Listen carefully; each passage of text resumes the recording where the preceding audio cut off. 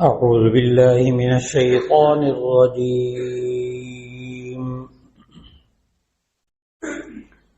بسم الله الرحمن الرحيم.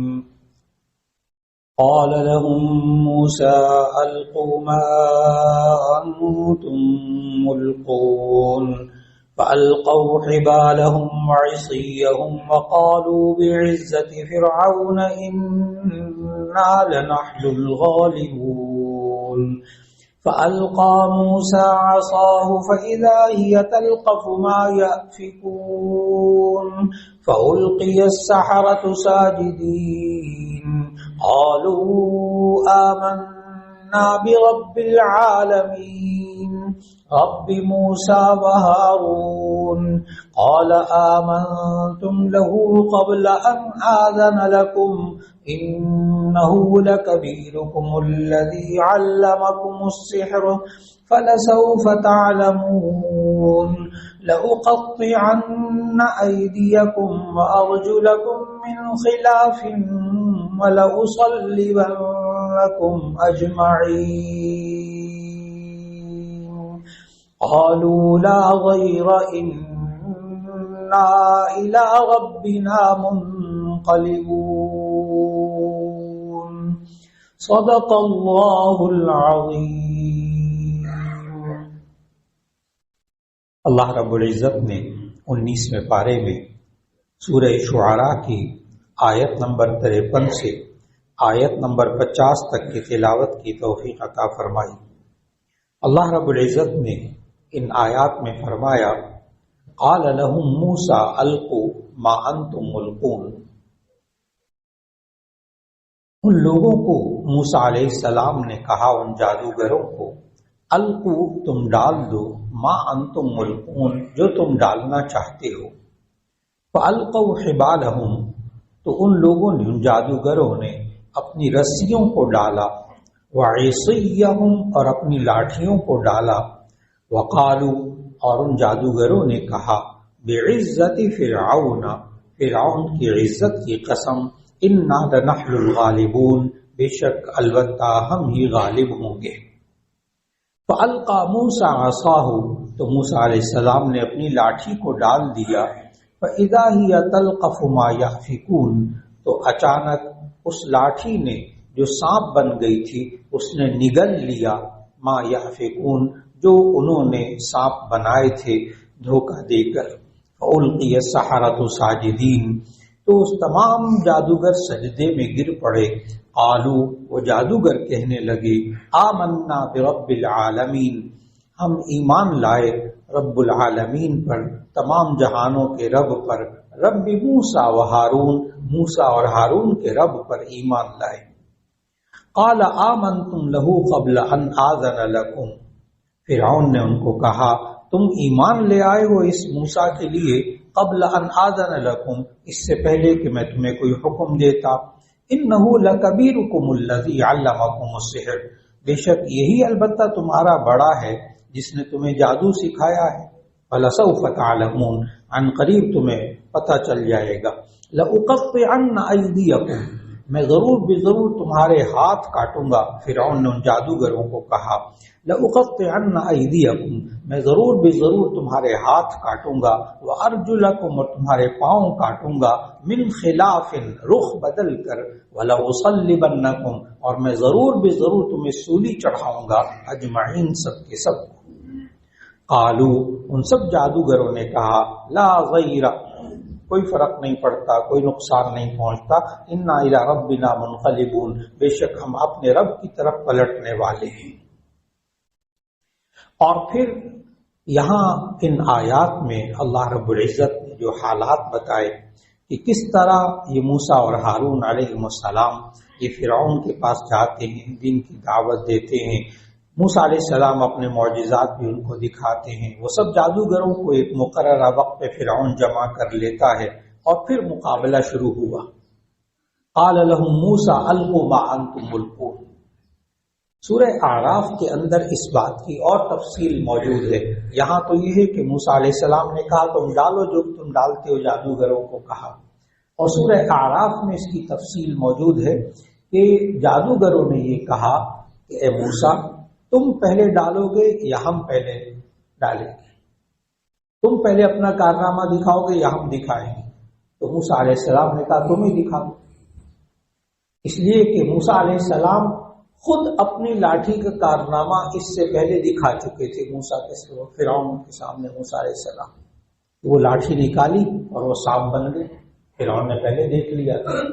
تو اس لیے موسیٰ علیہ السلام نے ان جادوگروں کو پہلے دعوت دے دی کہ تم نے جو کرنا ہے وہ تم کرو۔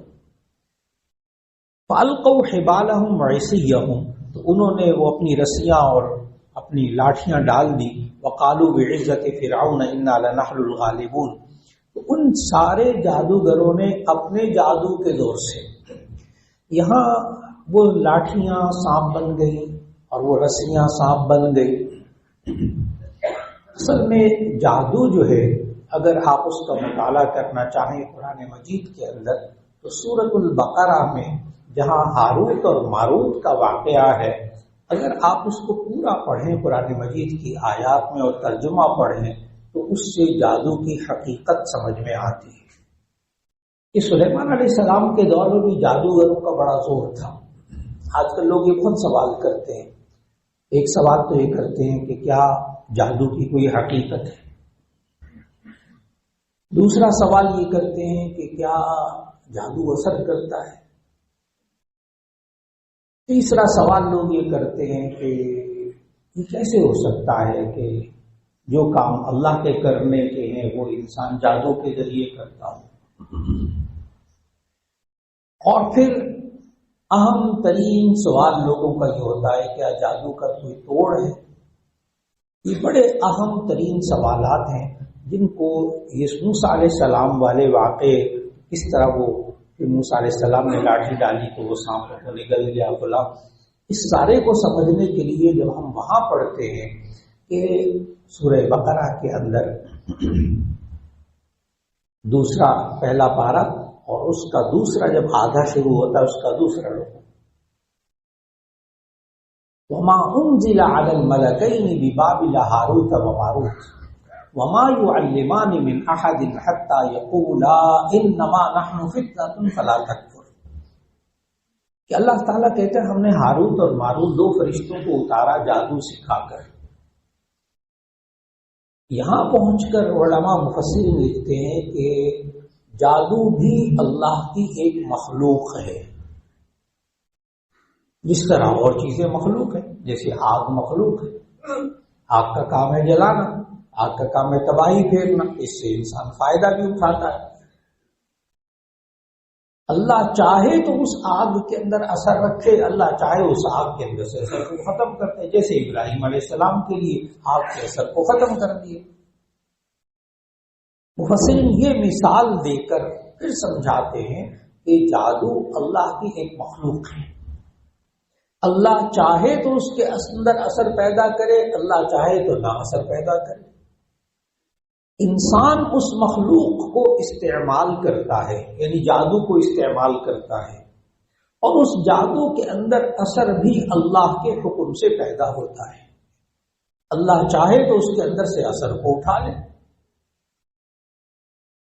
کیا یہ جادو انسان پر اثر کر سکتا ہے؟ تو اس کا جواب خود نبی کریم صلی اللہ علیہ وسلم کی ذات اقدس، بہت مستند حدیث، بخاری شریف کی حدیث، کہ نبی صلی اللہ علیہ وسلم بیمار رہنے لگے، ایک دن لیٹے ہوئے تھے، بخاری شریف کی حدیث کہ اللہ تعالیٰ نے دو فرشتوں کو بھیجا، ایک سرانے کھڑا ہو گیا، ایک پائتی کھڑا ہو گیا پاؤں کی طرف، اور وہ انسان کی صورت میں تھے، اور آپس میں باتیں کرنے لگے کہ اس انسان کو کیا ہوا ہے ان کو۔ ان میں سے ایک نے جواب دیا کہ اس کو فلاں لبید ابن عاصم ہے، اس نے اور اس کی بیٹیوں نے اس پر جادو کر دیا۔ پھر وہ دوسرا پوچھتا ہے کیسے جادو کر دیا؟ اب یہ سارا نبی صلی اللہ علیہ وسلم کو سنایا جا رہا ہے کہ آپ کی طبیعت ناساز ہوئی ہے اور اس کی وجہ کیا ہے۔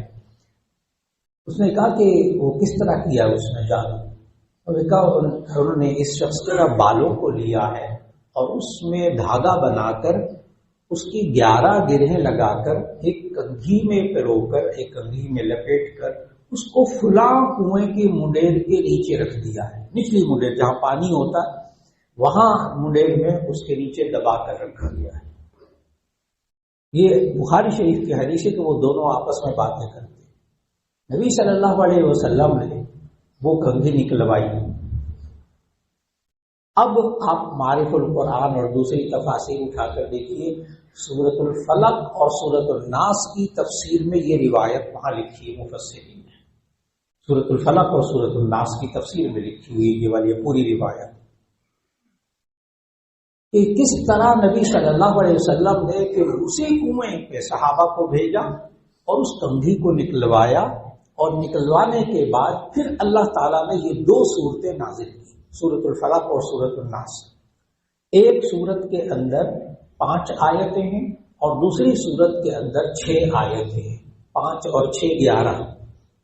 اب مفسرین نے لکھا کہ وہ جو 11 گرہیں لگائی تھیں اس میں نبی صلی اللہ علیہ وسلم یہ سورۃ الفلق اور سورۃ الناس پڑھتے جاتے تھے اور ایک ایک گرہ کھلتی جاتی تھی یہاں تک کہ 11 آیتیں پوری ہوئی اور 11 گرہیں کھل گئی. یہ تو میرے معارف القرآن تفسیر سے مفتی شفیع صاحب رحمۃ اللہ علیہ اردو تفسیروں میں یہاں مل جائے گا، باقی تفاسیر میں بھی مل جائے گا.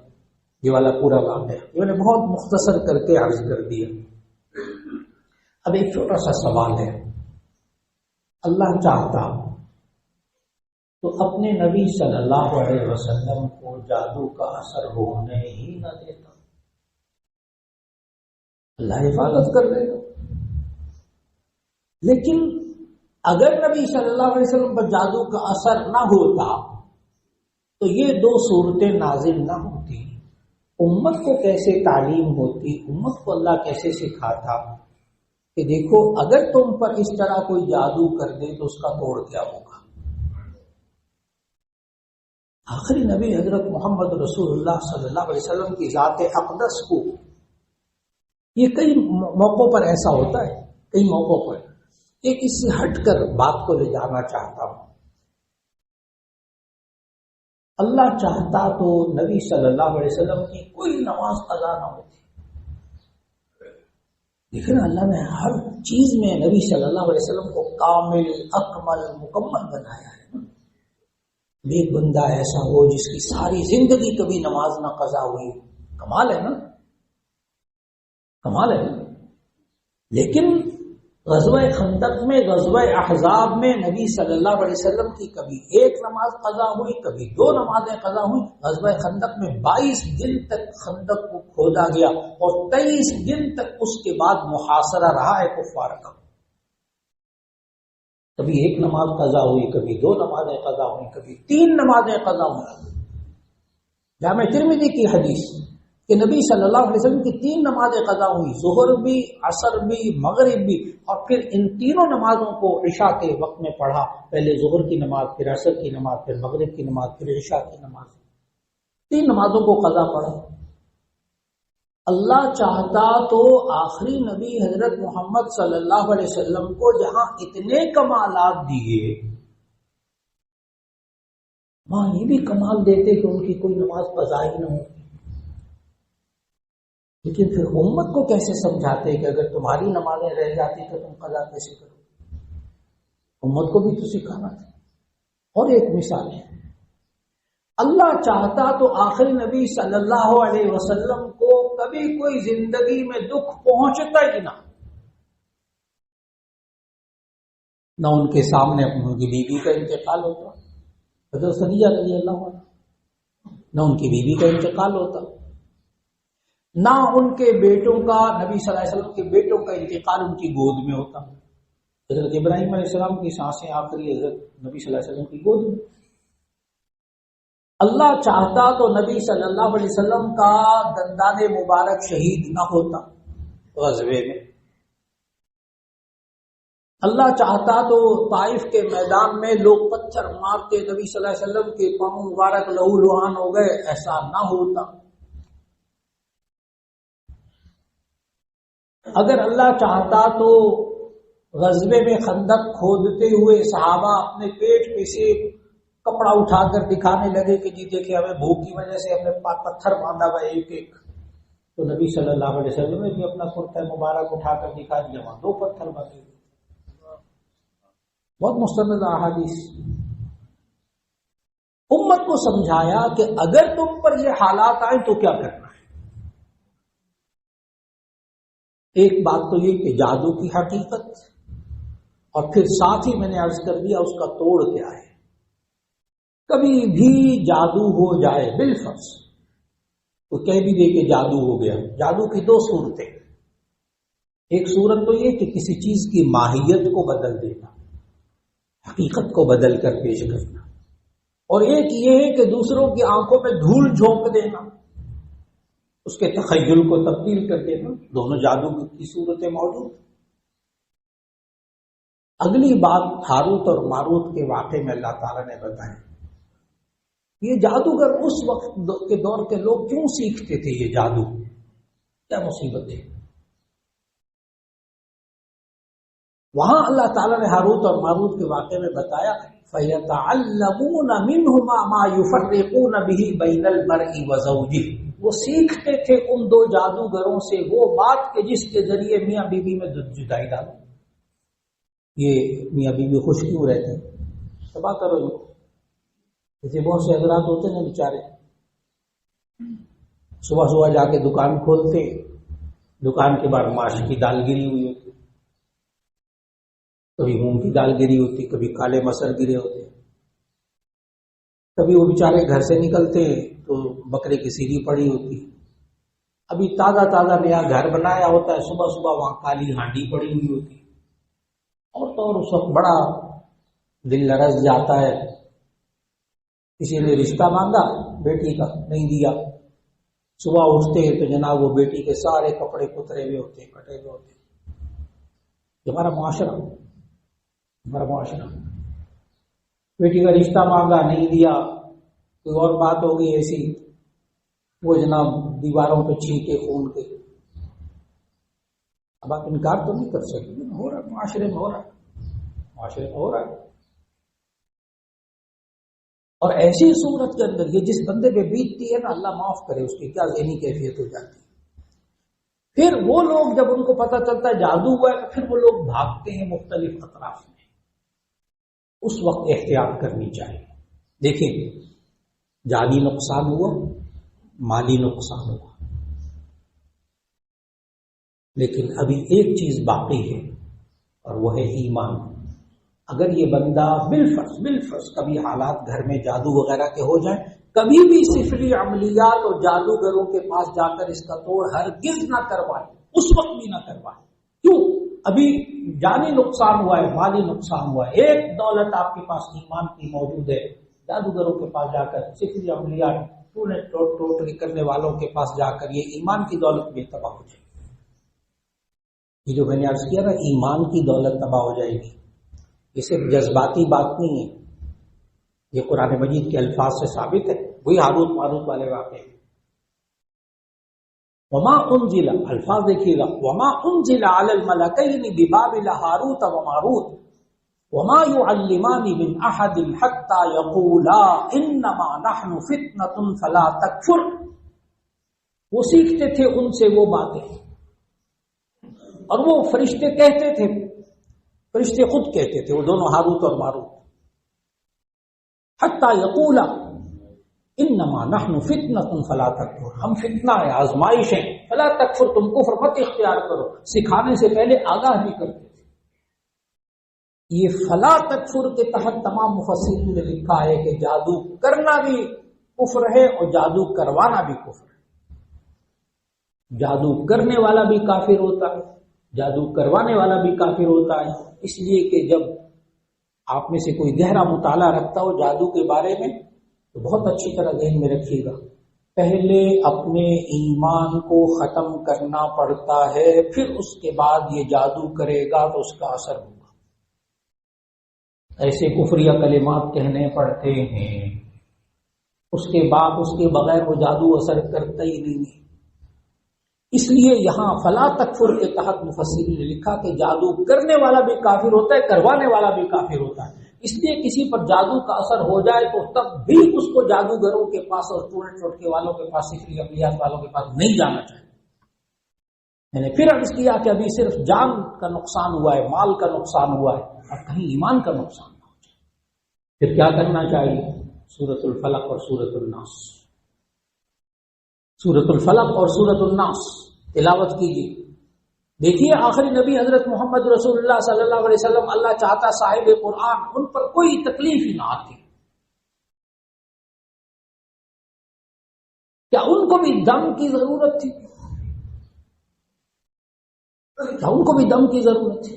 بخاری شریف کی حدیث بہت مستند کہ ہر رات کو سوتے ہوئے نبی صلی اللہ علیہ وسلم 3 بار قل هو اللہ احد، 3 بار قل اعوذ برب الفلق، 3 بار قل اعوذ برب الناس پڑھنے کے بعد ہر رات اپنے اوپر دم کرتے تھے. صاحب قرآن کو ضرورت تھی، ہمیں ضرورت نہیں. بہت سوچنا چاہیے، اپنے بچوں کو، گھر والوں کو، خود اس پر عمل کرنا چاہیے. یہ میں سوال کا جواب دے رہا ہوں. اس عجیب و غریب معاشرے میں ہم کیا کریں؟ کیا ہم بالکل بے بس ہے؟ جی نہیں. اللہ نے آیت نازل کی، اس لیے بھرپور کوشش کی جائے کہ اپنے آپ کو ان اثرات سے محفوظ رکھنے کے لیے 3 مرتبہ قل هو اللہ، 3 مرتبہ قل اعوذ برب الفلق، 3 مرتبہ قل اعوذ برب الناس پڑھ کر اپنے اوپر دم کیا کیجیے. انشاءاللہ العزیز اللہ تعالی حفاظت فرما لے. اگر اثر ہو بھی گیا تو بھی اللہ حفاظت فرما لے. اللہ رب العزت ہمیں معاشرے کے اندر سے ان تمام قباحتوں سے اللہ ہر ایک کی جان کو، اس کے مال کو اللہ محفوظ رکھے. اور اس کے پیچھے جو جذبہ کار فرما ہوتا ہے نا، اس سارے جادو ٹونے فلک یہ کیا مصیبت ہے. وہ کالی ہانڈی ڈال دی اور کپڑے کٹ گئے اور خون کے چھینٹے پڑنے لگ گئے، اور صبح دکان کھولی تو سامنے وہ دالیں پڑی ہوئی تھی. کیا مصیبت کیا ہوتی ہے ان لوگوں کو. عجیب بات بتاؤ، صرف اور صرف حسد، صرف اور صرف حسد. یہ نعمتیں اس کے پاس کیوں ہیں؟ اجلتا ہے، کڑتا ہے بندہ، کوشش کرتا ہے مجھے ملے یا نہ ملے، اس کے پاس یہ نعمت ختم ہو جائے. اس کے بچے کیوں پڑھ گئے، اس کا کاروبار کیوں چل گیا، اس کے بچوں کی اولاد کیوں ہو گئی، اس کا فلاح کیوں ہو گیا، اس کے حالات کیوں چل، یہ خوش کیوں رہتا ہے، یہ فیملی خوش کیوں رہتی ہے، وہ ختم کر دو. مصیبت.